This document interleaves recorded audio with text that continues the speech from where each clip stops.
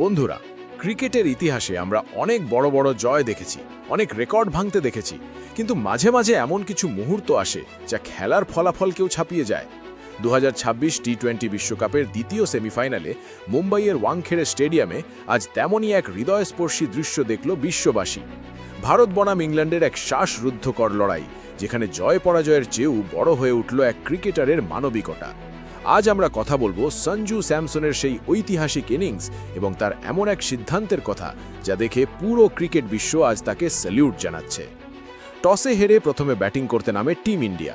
শুরুতেই অভিষেক শর্মার উইকেট হারিয়ে যখন ভারত চাপে, ঠিক তখনই ক্রিজে আসেন কেরালার superstar Sanju Samson. Jofra Archer থেকে শুরু করে আদিল রশিদ, কাউকেই রেহাই দেননি তিনি।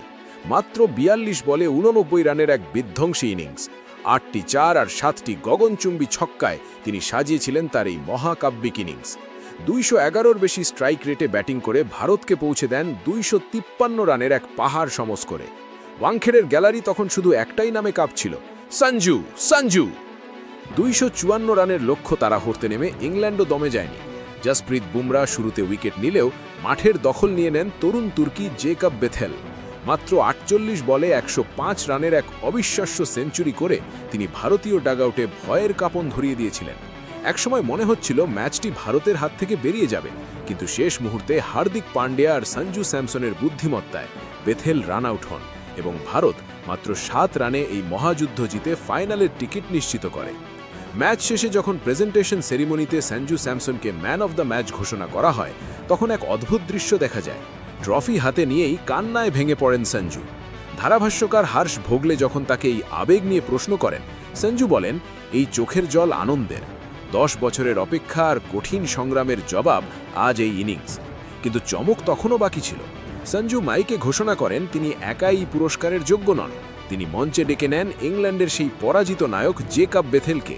নিজের ম্যান অব দ্য ম্যাচ ট্রফিটি তিনি হাসি মুখে তুলে দেন বেথেলের হাতে।